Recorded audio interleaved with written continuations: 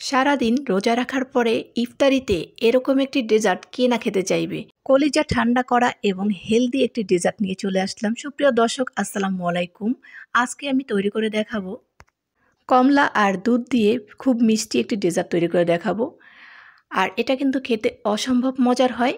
তো প্রথমেই আমার এই ডেজার্টটি তৈরি করতে লাগবে কমলা। তো 4টা কমলা আমি প্রথমে ধুয়ে নিয়েছি। এখন এই কমলাগুলো খোসা ছাড়িয়ে নেব, এগুলোকে ছুলে নিচ্ছি। পুষ্টিগুণে ভরা এই কমলা আর দুধের কম্বিনেশন কিন্তু অনেক হেলদি একটা ইফতার আইটেম হয়ে যাবে।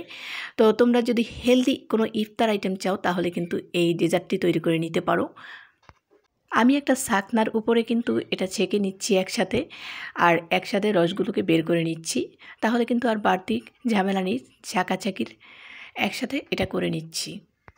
খুব ভালোভাবে চেপে চেপে সব রসগুলোকে বের করে নেব। তো সব রসগুলোকে বের করে নেওয়া হয়ে গেছে। এখন আমি এখানে দিয়ে দেব চিনি।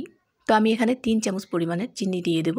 তোমরা তোমাদের টেস্ট অনুযায়ী চিনিটা দিতে পারো, বেশি বা কম দিতে পারো।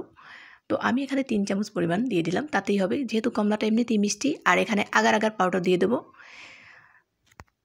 আগার আগার পাউডারটা যে কোনো সুপার শপে তোমরা পেয়ে যাবে। তো এটা দিয়ে খুব ভালোভাবে মিশিয়ে নিতে হবে। চামচ দিয়ে খুব একটা ভালোভাবে মিশানো যাচ্ছিল না, তো আমি এখন একটা হ্যান্ড বিটারের সাহায্যে এটাকে মিশিয়ে নিচ্ছি। তো অবশ্যই খুব ভালোভাবে মিশিয়ে নিতে হবে। এখন আমি চলে যাব রান্নার প্রসেসে। তো আমি এখন এটাকে দিয়ে দিলাম একটা প্যানে। তো এটাকে অনবরত লাড়াচাড়া করে রান্না করে নিতে হবে। ঘন হয়ে আসলে এটাকে নামিয়ে নিতে হবে। ততক্ষণ পর্যন্ত আমাকে এটাকে নেড়েচেড়ে দিতে হবে। তো লাড়াচাড়া দিয়ে দিতে হবে, নাহলে নিচে লেগে যাবে। তো যখন ঘন হয়ে আসবে তখনই আমি এটাকে নামিয়ে নেব। তো এখন হয়ে গেছে, এটাকে নামিয়ে নেব। তো এটা কিন্তু সেট হতে খুব একটা সময় লাগে না। আমি কিন্তু এখন একটা পাত্রে ঢেলে নিলাম। তো একটু লাড়াচাড়া দিয়ে মিশিয়ে নিচ্ছি। এটা ঠান্ডা হয়ে যাওয়ার আগেই কিন্তু জমাট বেঁধে যাবে, যেহেতু এটা আগার আগার পাউডার দিয়েছি। তো কিছুক্ষণ পরে আমি আরেকটা প্যান বসিয়ে দিলাম। সেখানে আমি আধা কেজি দুধ নিয়েছি, জাল করে রাখা দুধ। আর সেখানে দিলাম পরিমাণ মতন চিনি। আমি হাফ কাপ পরিমাণ চিনি ইউজ করেছি। আপনারা আপনাদের টেস্ট অনুযায়ী চিনিটা দিতে পারেন, কম বা বেশি।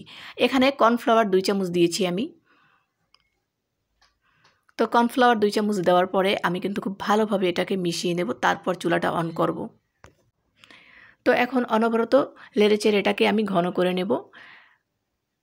তো যখন এটা ঘন হয়ে আসবে তখন কিন্তু এটা নামিয়ে নেব।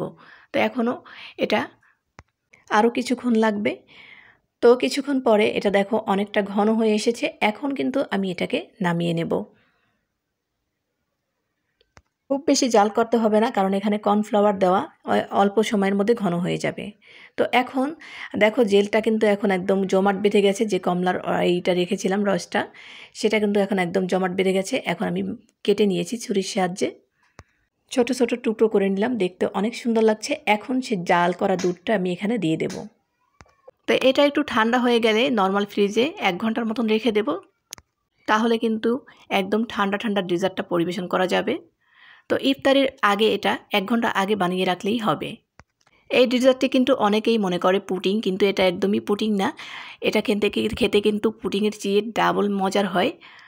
যারা এভাবে এই ডেজার্টটি তৈরি করেছেন তারা অবশ্যই জানেন যে এটা কতটা মজার হয়। আর যারা ট্রাই করেননি এখনও, তারা অবশ্যই ট্রাই করে নেবেন এবং আমাকে কমেন্টে জানাবেন কেমন লেগেছিল। তো হয়ে গেল খুব সহজে আমার এই মজার ডেজার্টটি। আপনাদের কাছে কেমন লেগেছে অবশ্যই কমেন্টে জানাবেন। ভিডিওটি ভালো লাগলে চ্যানেলটি সাবস্ক্রাইব করে পাশে থাকবেন। যারা ফেসবুক থেকে দেখছেন তারা পেজটি ফলো দিয়ে রাখবেন এবং লাইক দিয়ে রাখবেন, যাতে করে আমার এরকম মজার মজার ভিডিওগুলো সবার আগে আপনারা নোটিফিকেশনগুলো পেয়ে যান।